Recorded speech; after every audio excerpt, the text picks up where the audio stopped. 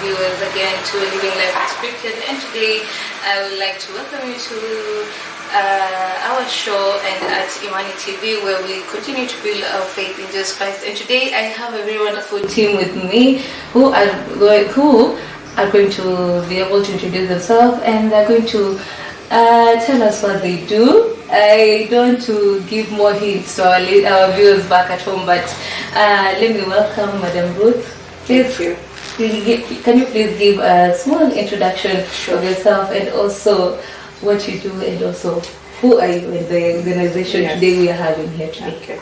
So thank you so much, Jerida. First and foremost is to thank you for giving us this platform and inviting us to your show.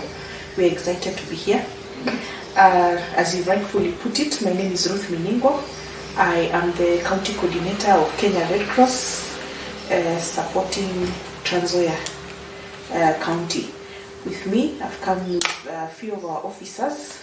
If you'll allow me, I'll also give them a chance to just introduce themselves, and then I'll take it over from there. That is lovely. Welcome. Okay, thank you so much for welcoming us. My name is Okido Karen, and in Kenya Red Cross I support dissemination. Thank you.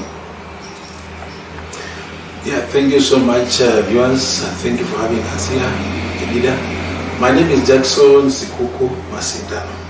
I'm a counselor, licensed counselor, and at Kenya Red Cross Trans Nzoia branch, I am supporting MHPSS, that is mental health psychosocial support. Thank you. Thank you so much. Thank you so much, Madam Ruth, Karen, and Mr. Jackson for being with us today at our show in our studios. And already our listeners have already gotten the hint that today we are having a team from Red Cross. And as we start the show, could you please give an introduction of what is Red Cross? We have heard it in the news, we have heard it on radio, we have seen the emblem there. Correct. Can you please please introduce what Red Cross is and maybe how it started from there? Oh yeah, sure. So thank you very much. That's a very good question. So Red Cross, and by extension Kenya Red Cross, is a movement. It is a movement that was born out of humanity. If you want to look at the history, it goes back to 1844 when we had a war at a place called Solferino between the Austrian, the French, and this was in Italy. The war was very intense. There were over 70 dead and wounded soldiers. A man by the name Henry Dunant, he was a businessman. He was going to see Napoleon at that time. When he arrived there, he witnessed what was happening, and he called upon the community to come and assist those who are dead and those who are wounded. So right there, it was born out of humanity. While they were doing that, they were not looking at who was from which army. Okay, so there was that aspect of neutrality, just helping someone without necessarily looking at their background or where they're from. And they offered assistance. And after that war, he was touched by what had happened. He went back to his country, which was Switzerland, and he wrote a book called A Memory of Solferino. And in his book, he made a suggestion and recommendations that were then later on picked up. First, to have an organization that is neutral, recognized through, like what we are using currently is the emblem, the Kenya Red Cross emblem, or just the emblem. To therefore assist in terms of identification, so that we are able to tell the community we do not discriminate, we do not take sides, we are impartial and we are neutral in how we discharge our duties. So this book was adopted through the Geneva Conventions, and the Red Cross movement was formed. So it has three components. We have the ICRC, the International Committee of the Red Cross and Red Crescent Movement. We have IFRC, International Federation, and then lastly we have the national societies. So Kenya Red Cross is a national society. out of the many over 190 national societies that we have across the world. We recognize the emblem, which is the cross. Most people ask, how did that cross come about? Absolutely. Yes.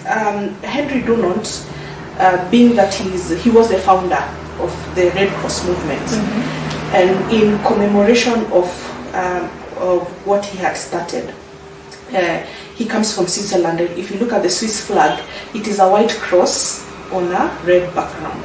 So it was just inverted. So it became a red cross on a white background. Oh. Yes, so pretty much that's the history. It doesn't have any religious connotation, because a lot of people ask, is it affiliated to a church? No, it's not. I think I've given a proper explanation as to what it really means. So Kenya Red Cross, by extension, I've said we have over 190 national societies. It's among the movement. We are formed actually, or were formed by an Act of Parliament, Cap 256 of the Kenyan law. So we are recognized through the Constitution. We were formed under the Cap 256 of the Kenyan laws.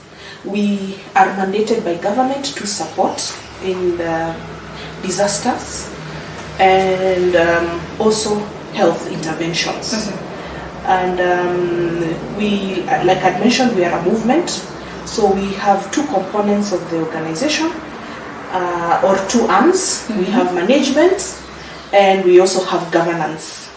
Governance are formed by members, so it's a membership organization. It's a movement again. So we recruit members who are of the same idea, in terms of what we believe in. So if you believe in humanity, if you believe in giving your service without expectation of gain, then you are welcome to join us as Kenya Red Cross. We have volunteers who support in our programming, and we also have members. I'll talk more about what membership means and how you can join as a member or how you can join as a volunteer, because we encourage everyone to do that. Absolutely. So within these two arms, in terms of our structure, we have the management and then we have governance. So like myself, I sit in management, representing the Secretary General at our level. And then we have the regional team, which has our head of regions, and then of course the Secretary General, who sits in Nairobi at our headquarters. Then on the side of governance, these are the policy makers of the organization. They do more of oversight, and they also do advocacy on behalf of our organization out there in the community. So we have the chairman, in our case in Transoya, Mr. Ronald Masindano, with the board team, and then we have the regional chair all the way up to the NEC, that is a nation at Nairobi level, that is led by our governor. So in terms of representation and in terms of membership, we have over 200,000 members. And volunteers within the movement. It's free to join. And as we proceed, I want to just disseminate to you what we believe in. We call them the 7 fundamental principles of the organization. Absolutely, it's okay. For me, it's important that people know what we stand for. Whenever you come to Red Cross, how we greet each other, we say Hinivu. It's an acronym. H stands for the 7 fundamental principles. H stands for humanity. I'd mentioned that it's an organization that was born to support the most vulnerable in the community and to alleviate human suffering. That is our core mandate.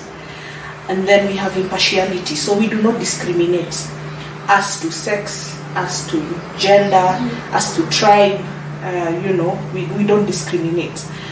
And then the third principle is neutrality. We do not discriminate. I'd mentioned that. We don't take sides. Neutrality means we do not take sides. Impartiality is what it means. We do not discriminate. So we do not take sides. I'd mentioned the case of what happened in Solferino during the war. People are not discriminating who was injured, who was not. We were offering our support. Who's the foe, who's who. We discharge our duties and our responsibilities without discrimination. without taking sides. Neutrality. Yes, and then fourth is independence.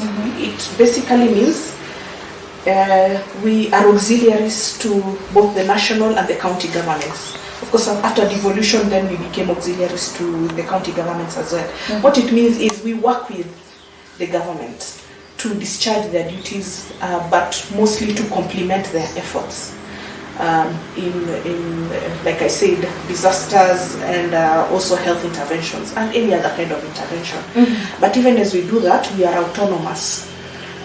We work within the 7 fundamental principles, and that is what guides us as a movement. Absolutely. And then we have V, which stands for voluntary service.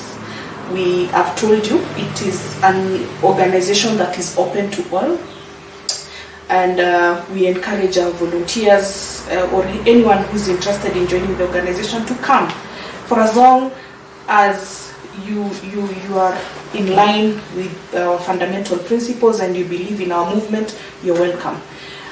What we say is that even as you come in as a volunteer, the call for volunteerism should be without expectation of gain.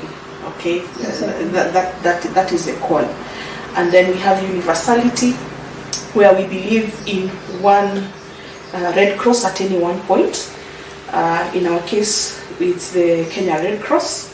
And then we have universality, where we say we are spread all over the world in the over 190 national societies. So that's what the acronym HINEVU stands for. And that is our guiding principle. Okay? Absolutely. Yes, so that said, we work within the North Rift region. North Rift region has 7 counties. Administratively, Bungoma is in there, but I know it is considered to be in the Western region. Correct. Yes. So we have Uasin Gishu, where also our regional office is based. They are hosted in Uasin Gishu. We have Elgeyo Marakwet, we have Nandi, we have Trans Nzoia, we have West Pokot, we have Turkana. So those are 7, of course, in Bungoma County. They all fall under the North Rift region. But aside from that, we are spread all over in Kenya. We are in all the 47 counties. Yes, we will always have a Red Cross county branch in all the 47 counties. And we also work within the 8 regions. So North Rift is one of the regions. And then our headquarters, which is based in Nairobi. So we work also within thematic areas. We have disaster management operations. We have disaster risk reduction. There's something called the disaster cycle. You know, most of us, we are known to go to the community. Anytime we talk about Red Cross, wanajua ni sisi tunaendanga kusaidia. Yes. and that is correct. But we work within the disaster cycle. We have preparedness, we have response, we have mitigation, and then recovery, and then we have mitigation. So the thematic areas are split between that, but just for purposes of operations. So we have the disaster management operations, we have the disaster risk management, we have health and social services with a component of nutrition and mental health and psychosocial support. And then we also have OD, which is organizational development. And then we have now the other supporting services from finance, MIL, which is monitoring and evaluation, among others. The OD is a very important component within the movement because it supports in management of all the members and the volunteers. You know, how do we engage our volunteers? How do we ensure that they are working within the fundamental principles? How are we ensuring that we are recruiting members within our different jurisdiction? And I think now that you've given us this chance and this platform, it is also to call upon the people of Trans Nzoia to join us, to become members. Our membership goes all the way down mpaka kwa kijiji. And it's very important for us to do that recruitment. Why? Because then we become the voice for the people on the ground. And we are able to support because we are led by our strategic plan within Kenya Red Cross, and in that strategic plan, it focuses on three very important goals or pillars. And one touches on disaster. We want communities to be able to anticipate, to be able to prepare, and to be able to respond to a disaster. The disaster profile in Trans Nzoia, we are known mostly for floods. I think that one. Oh. Yes. Really? Yes, I had no idea that we are categorized in the flood sector. We are notoriously kule in Namanjalala. I don't know if you heard of Yes, in Namanjalala. Yes, among other areas. I'm not just saying that's the only place that is isolated. We also have other areas that are affected by floods. Our disaster profile also includes landslides. We've responded to landslides in those sides of Saboti, Pango, to be precise. We also have a disaster profile for road traffic accidents. I think that one is common. We've also responded to fire, and when we are doing that, then we are saying let's work with the community to facilitate them. You understand? To facilitate them so that they are able to anticipate. For example, if we know floods are coming, it usually appears, there are those two cycles that are very common throughout the year. That is the March, April, May rainfall, and then we have the October, November, December rainfall. Exactly what we did last year, because we worked with our stakeholders in preparation for El Nino rains last year. So working with the community so that then there's that anticipatory action. If we know rains are coming, there's a blast SMS that is sent to them. Kindly prepare yourself. If you know you are at a danger zone, evacuate, so that we reduce the impact of the rains at community level, we reduce the deaths, etc., etc. And also prepare so that if you have a granary that has food, understand, be able to stock enough food during this period, and also in terms of recovery, so that after the fact, then what happens? What are these measures we are going to put? What are these mitigation measures we are going to put? So that's one of the components in terms of our goals, is to focusing more on disaster. And then we have the health component, where we want communities to live a healthy life. And when we are talking about a healthy life, it's very holistic. We are not just talking about their medical conditions, but it's also their mental condition, it's their nutrition, it's a whole component by itself. And we have programs that focus on non-communicable diseases and NCDs. Yes, correct. We do a lot of blood drives at the community. We work very closely with the satellite office blood transfusion services to donate blood, to assist to those ones who are in need. We also do appeals, special appeals. If someone approaches us and they need blood because their loved one probably is in hospital and they need support, we do that. We also offer psychosocial support to those people who feel probably they are overwhelmed, they have a feeling of being severely overwhelmed mentally. We have a hotline, toll-free number, that they can call, 1199. I think my colleague will talk about that more. And reach out. It's a telecounseling services that is free of charge. So we encourage the public to take advantage of it, to get those services. And then the third pillar is on the youth. We want the youth to lead a positive change in the society. Kenya Red Cross, pretty much the biggest chunk of our organization, or the backbone, are the volunteers. And the volunteers are mostly young people. And we want them to leave a positive change in the society, to be mentored, to talk about their issues in a platform where they can be heard. So Kenya Red Cross has that platform for them. We have safe spaces for them in within our offices, where they can come and talk about their issues and find solutions, become innovative, talk on issues of governance, leadership, environment, climate change, because climate change is very apparent right now. Yes, so that's the platform we give them to do so, and also to volunteer their services at the organization. So that's what we do pretty much, guided by the strategic plan. The strategic plan is running until 2025. We'll then review it and give ourselves other goals moving forward. Yeah, so yes. Oh, that's pretty much the overview. And indeed, that has been a handful. I know listeners are out there and wondering, how are we going to get all this information? Don't worry, we will continue to have our wonderful guests around, and we're going to go in depth into certain aspects that they have talked about, like disasters. They've pointed out that they deal a lot with landslide. We have floods, and this is just not only in Trans Nzoia, but all over Kenya and all over the world. And they are humanitarian. There's no religion. There is no gender. They are unbiased. Correct. I would say that. So thank you so much for giving us a very wonderful in-depth into basically what Red Cross is all about. And I would like just to move on to Karen for a little bit.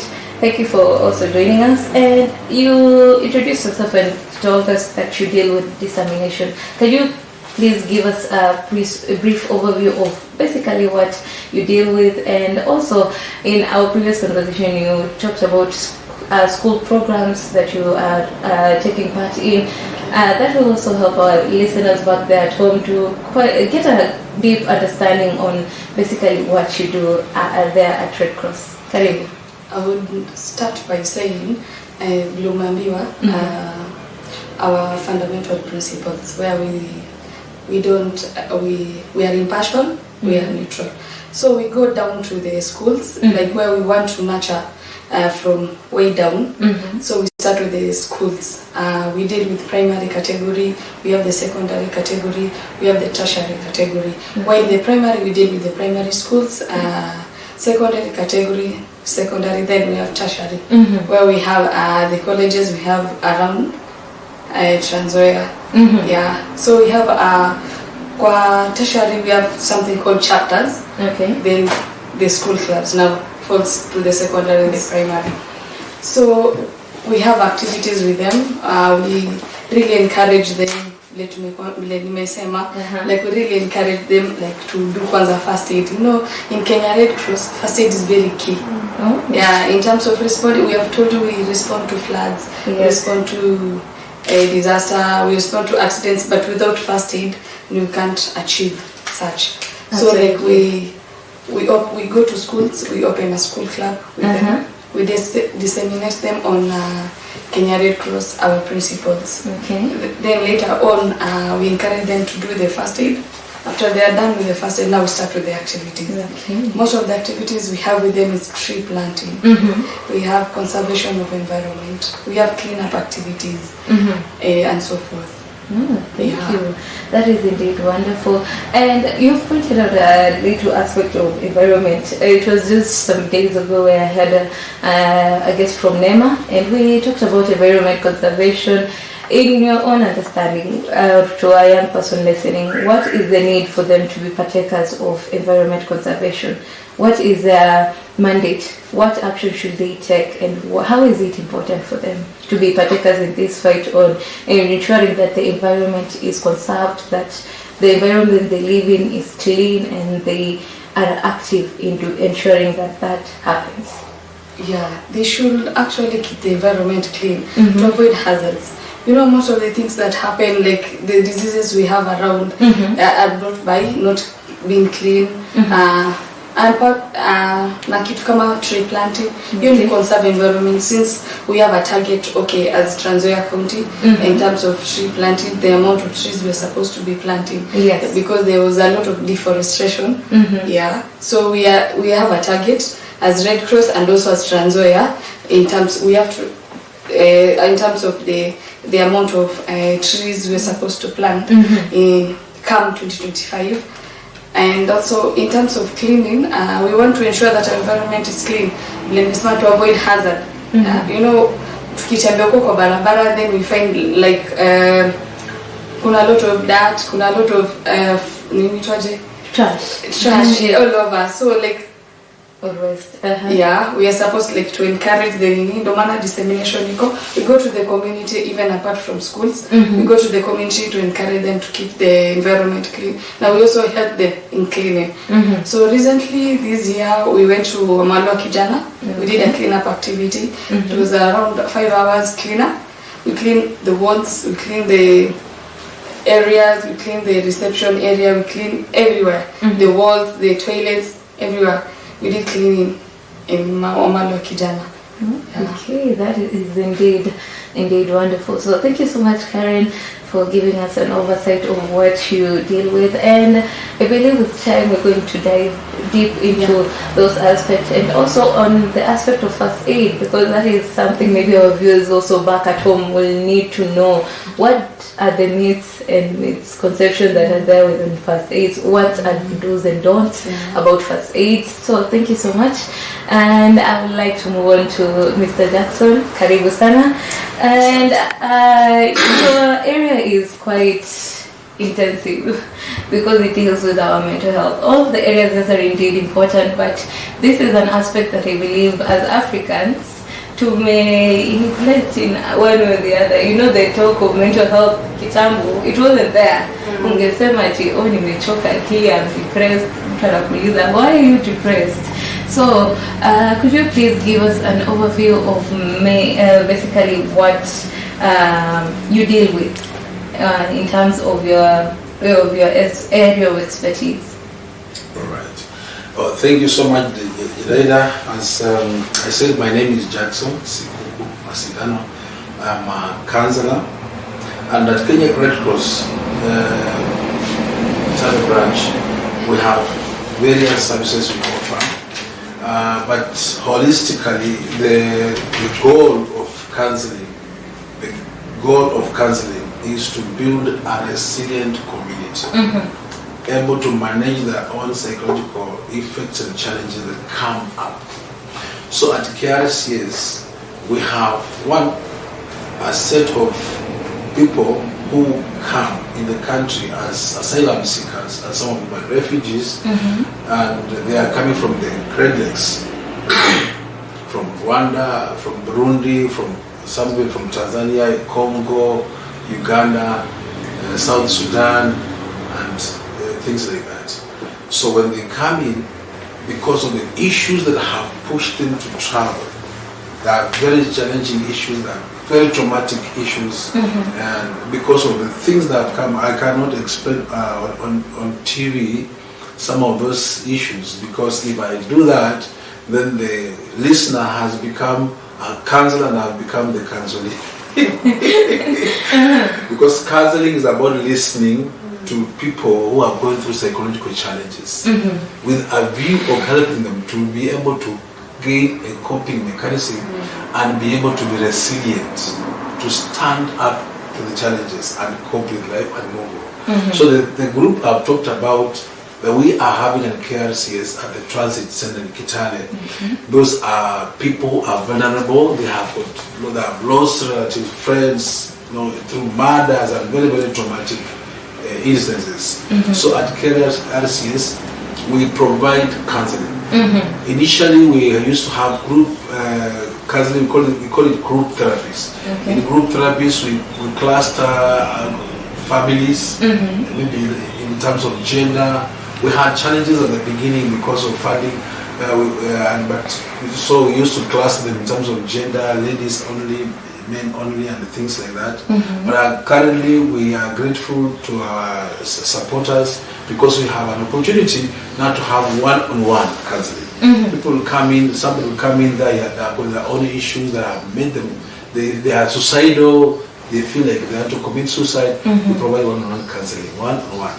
Then we have those group therapies still going on. Maybe it's a family, at least more unified, more dignified group counseling where there's confidentiality, there's empathy, there's respect.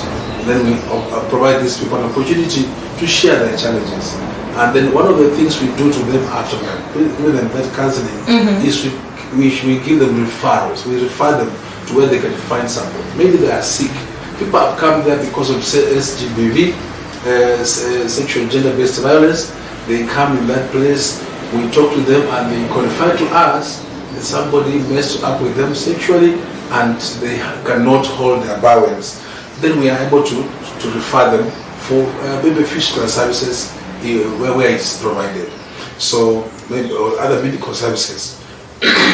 Another thing we do to them, they could be at risk because of where they're coming from, because of security issues. We refer them for protection. In Kakuma, some of them just refer, they want more help. When they are traveling, we send a word to our helpers, our supporters, our partners in Kakuma that somebody is coming and they may require more counseling, more mental health, psychosocial support services there going forward. So we do that referral. Yeah. Apart from that group of people, we also have our own volunteers from within Transoya who respond to issues that come up. As Madam told you, we have got different departments that we respond to. Maybe a fire, maybe like a few days ago we had some issues in road traffic accidents, RTS. So when that happens, our volunteers respond to it, and sometimes like they reach there and the police are there and there's no other somebody to help. Then they are forced probably to carry the bodies, and sometimes because of the blood and the way things are looking, it is traumatic. So when they come back, we have what we call a debrief. So it's actually a psychological session where we allow them to ventilate. We take them through a session where they ventilate and then they release those things. Yeah. So we will talk about how to help somebody come out of that thing later, but that's what we do. So they respond to fires. Maybe somebody has aqua, somebody has drowned in a dam somewhere. A day two, someone has gone to dive to help them out. People are there to put them in those things and then take them to the morgue. Sometimes very nasty, good to look at. Maybe stinky. They come and they feel like life is not so good. So we help them out. Those are cases. We'll talk about many cases in the road.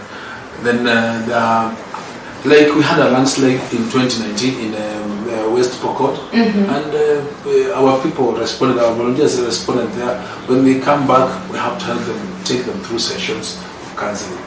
We also do trainings of on how to cope, like World Mental Health Day for males, for all people. During that time, we provide pro bono service of training our own volunteers on being how to be able to be resilient and cope with the issues of suicide when they arise, because they do.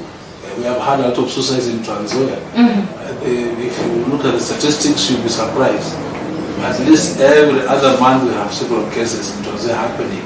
So we train our people on how to be able to respond, even as staffs, on resilience. So thank you so much.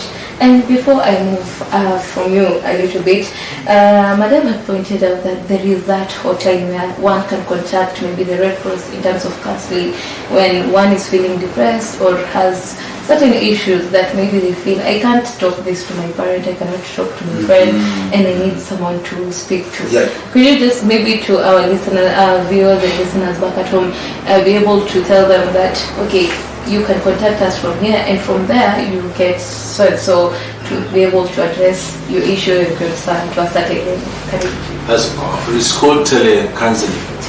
At Kenya Red Cross Society of Kenya, we have what we call telecounseling. The hotline is 1199, and the beauty of telecounseling is, one, it reduces stigma. Yeah, sometimes you don't want to face someone and tell them, look here, I've just had sex with a woman, and after that or a man, and after that he or she told me that they are HIV positive. And you want to talk to somebody, and because that reduces stigma. So telecounseling helps there. Number two, it helps on distance. Sometimes you are deep in the interior and you want to talk to a counselor. and it's not possible for you to find a counselor where you are. You can just call and then find somebody online. They will talk to you. They are so empathetic, they are so respectful, that they are not biased on gender, they are not biased on religion. They will talk to you 24/7. At night, in the day, they will help you, they will listen to you. And also sometimes, as you know, in Kenya, the poverty levels are still very high. And in Kenya, not like the West have mainstream counseling. But Kenya is still struggling. Even Tanzania only employed 10 counselors in the last 5 years, in the last 10 years. Actually 15, because 10 years of the other governor, now this 2 years, only 15 counselors. And if you can now put the ratio of people towards a counselor, it is just overwhelming. Yes, absolutely. And we don't have enough counselors. Then another thing is that in Kenya, because of lack of mainstreaming of counseling, most people cannot afford counseling. Yeah, they cannot afford counseling. Because one session, if you're going to be counseled one-on-one with a counselor, probably you pay so much. But this telecounseling is free of charge. So you just call in anytime and you talk with a counselor and they are ready to help you. So issue of safety, distance, cost, stigma, yeah.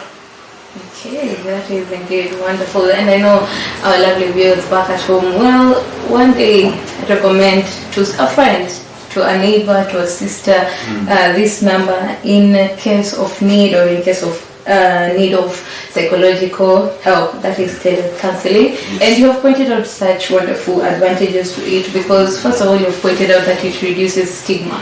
This is when one feels that if I go to someone, this person knows me.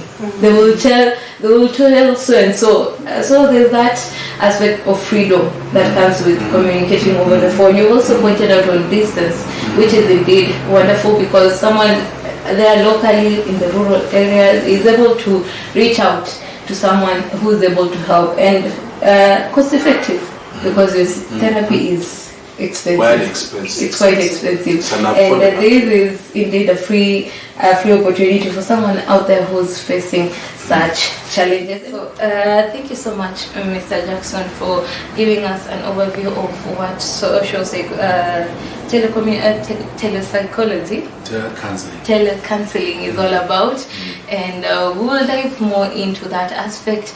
And I would like to come back to Madam Ruth.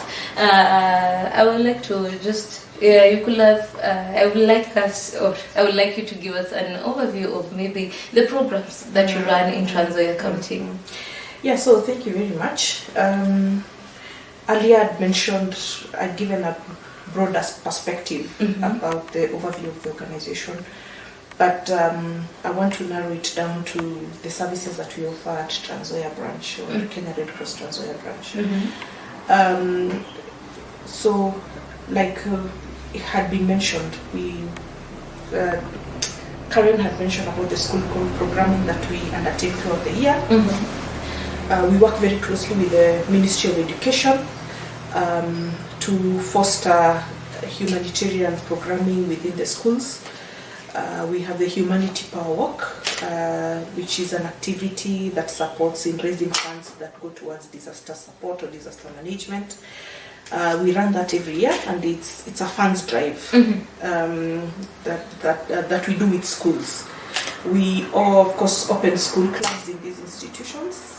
We have several school clubs, both for primary category, secondary category, and also chapters or tertiary institutions for that matter. We have students who've enrolled to the school clubs and are guided, of course, by the fundamental principles, working within the school programs. Like I had mentioned, we have environmental programming, climate change, the funds ride like under the Humanity Power Walk, among so many other programming that we undertake. I think Karen has broken that down to you. Absolutely. We also work very closely with our partners.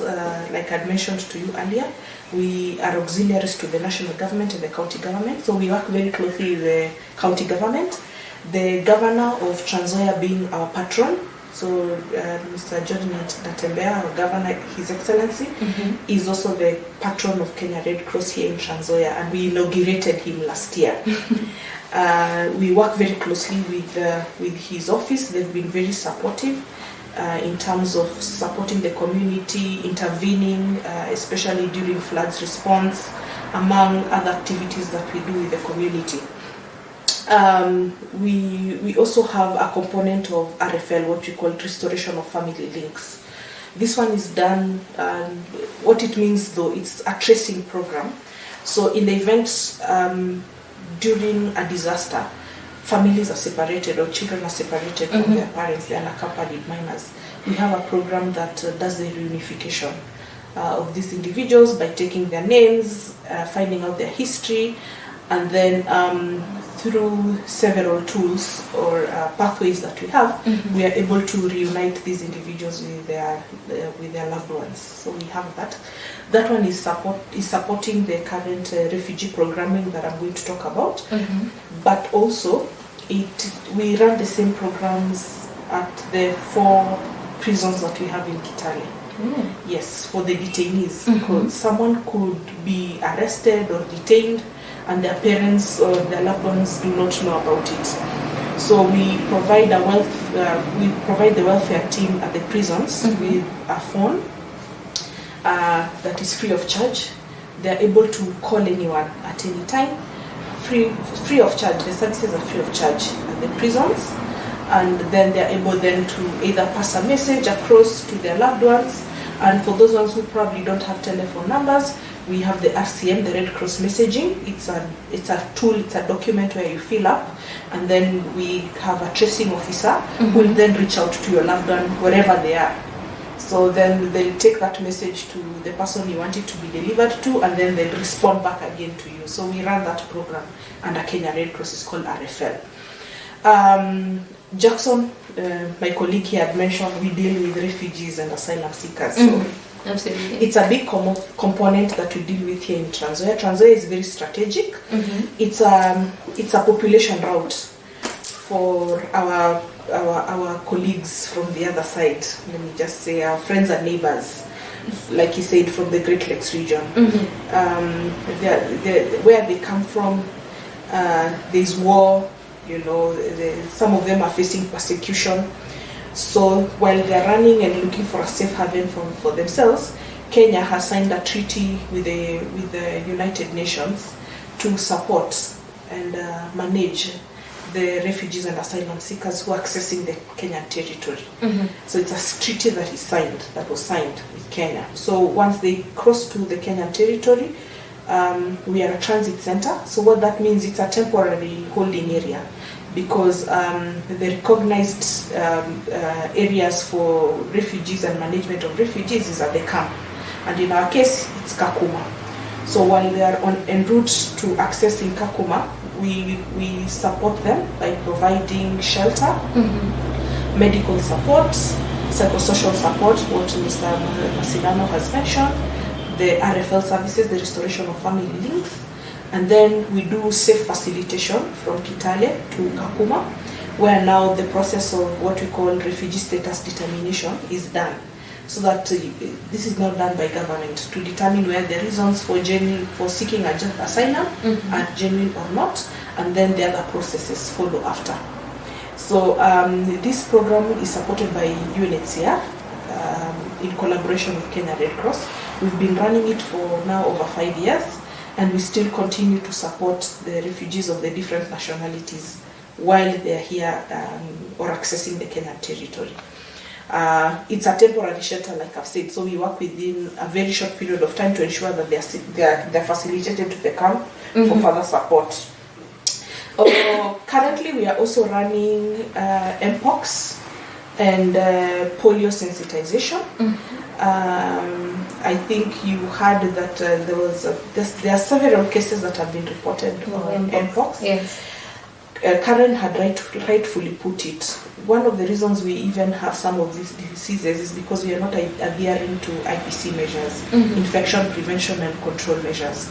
So pretty much is going to the community where we do something called RCCE, risk communication and community engagement. and conducting sensitization to the community, so that we are telling them what are the myths, what are the misconceptions.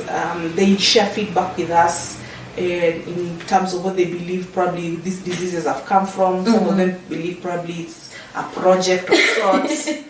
It's a hoax. You know, there's so many feedback that we receive from the community. So we demystify some of those misconceptions that they have. And we also encourage them to adhere to the IPC measures, how to do proper hand washing, you know, in terms of, like you were saying, how do we dispose of the items that we have in our household. And while we are also doing that, we offer hand washing stations to the community. For us, of most importance, of course, is the border entry point, because that's a very high risk area. Talking about, of course, mpox sensitization at the community, supporting communities with wash interventions. So WASH is water, sanitation and hygiene. It's also by there a big component within Kenya Red Cross, and a department that supports both the hardware and software components. So for us, we do both. So supporting these communities with basic things like soap, hand washing stations, you know, and teaching them how to properly wash their hands, because everything starts with our hygiene. Absolutely. At the end of the day. And then, of course, now with polio, of course, there's been that strain that is within Trans Nzoia region, Bungoma, West Pokot and Turkana. We are working very closely with MOH to sensitize the community on the same, and support them in terms of educating the community on the importance of having the polio vaccine, especially for the children. And so that's another program that we run. So allow me also to talk about capacity building, and specifically we have our volunteers that we train. He had mentioned about when we go to the community and we support with drowning cases. So we have aqua rescuers who've been trained and capacity built to support that. We also have ARCAT, those are the Red Cross action teams. They're the ones who respond to the disasters, like he's mentioned. So it requires a special type of training in order for you to be able to go out and help those who are in need. It's important to get this training. Why? How we handle casualties, either at an accident scene or any kind of casualty. It's very critical how we handle them, because depending on how best we handle them will determine whether they'll have long-term disabilities or the issues may be fatal. So therefore it's very critical for us to train our ARCA teams on how best to support. And that one is also linked with first aid. We offer first aid services for the community at large. Those ones probably, these days it's also a requirement for a lot of drivers to possess a first aid certificate. So we do first aid services and first aid training. We do occupational first aid. We have basic first aid at a fee. So any person who's interested in being trained to become a first aider, that is offered also at our offices. They can reach out to us and also be able to share where our physical location is and the numbers that they can call if interested. So, so yes, that's what we do basically. Wow. Yes. That indeed has been wonderful. So thank you so much for joining us and for giving us a very wonderful insight into generally what Red Cross is all about, what you basically do. This is quite a wonderful introduction, and I think with time we're going to dive deep into all these aspects that we have pointed out. And when you were speaking there, as we conclude, you had mentioned about membership and volunteer, and I would like you just to maybe speak to someone out there who's listened to us to this day and he's like, or he or she is like, I want to really join Red Cross. What can she do to be a member, or where can she go to be able to understand that, oh, nikifika hapa, I will be able to join, or the dues easy too? Yes, very good. First, it's a call to the community that joining as a volunteer is free of charge. And volunteer onboarding is done at our offices.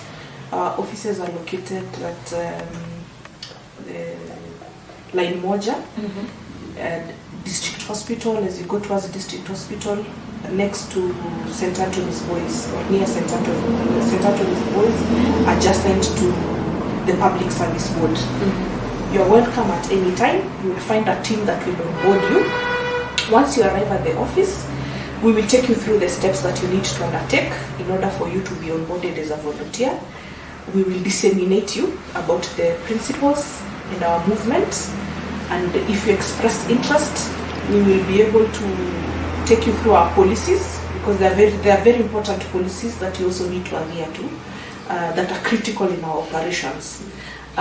Once we do that, then we will encourage you to also train and become a first aider, which is very critical in our operations. Then once we do that, then we will be able to link you up with the kind of programming that we have, depending on the reasons as to why you came to volunteer.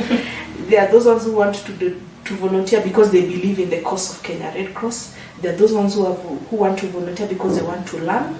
And then there are also those ones who want to volunteer because of social networking. So they are welcome, depending on whatever reasons you want to join. Please come to Kenya Red Cross. We will be able to take you through those steps. Once then we onboard you, those details will be captured in our online system that is called VMMS. We'll be able to tell you how to transfer your details. It can be done by yourself through the VMMS platform, and then we then onboard you from that point. For those ones who want to join as members, membership has different categories. We have the ones who are in school, youth in school. We have the youth out of school. And then now we have ordinary membership and life membership. It attracts a fee. For ordinary membership, it's 1,000 shillings. For life membership, it's 5,000 shillings. You pay once and you become a member for life under Kenya Red Cross. You'll be able to vie for positions within Kenya Red Cross. As I told you, we have the board. The board are elected by members. So if you're interested in becoming a board member of Kenya Red Cross, you first have to start by being a life member, and a life member within a period of 1 year. There are also those conditions. But it's still open to all. It doesn't mean that anyone who joins as a life member wants to become a board member. Absolutely. Yes, so you can come in at any time and join and become a member. So those are the reasons we are calling upon the community from all the sub-counties within Trans Nzoia, all the structures, hadi huko chini kwa nyumba kumi. It's very important that you join the movement. And we also want to encourage the boda riders to train in first aid, because it's a very critical skill for them. We've noticed a lot of the cases of accidents that we're having involve the boda riders. So it is very important for them to also come and get those basic first aid training. Why? Apart from that, they are also the first people on an accident scene. They are always there. Yes, they are always there. So if they have those basic skills, how they are going to handle a casualty at a scene of an accident, like I said, will be very determinant on the life of this individual moving forward. Absolutely. So we also call upon them through their structures, through their leadership, that they come together and come and be trained on this very important skill, or any community member who's out there. So that is it. Apart from the training, we also encourage donations. You can drop off your donations at Kenya Red Cross at our physical office, whether clothes, food or non-food items. Drop them off. We usually support those who are vulnerable by assisting them with their donations. So it's a drop-off point. You're welcome to do so. Thank you. Thank you so much. Thank you so much. That was the wonderful team from Red Cross today at Living Life Unscripted, and it has been indeed a wonderful session. So thank you so much, Madam Ruth. Thank you so much, Madam Karen, and thank you so much, Mr. Jackson, for gracing us with your wonderful presence. And I believe this is a start. We've gotten a very wonderful oversight of what Red Cross is all about, and with more episodes, I believe we're going to learn one or two things and how we as individuals can be partakers in this. And stressing on something, it's on telecommunication, telecounseling. Mr. Jackson has indeed pointed out that suicides has indeed increased in our societies, and as youth, as young people, you are free to communicate to them via their telecommunication line, and you're able to get this telecounseling advice, and the number is 1199.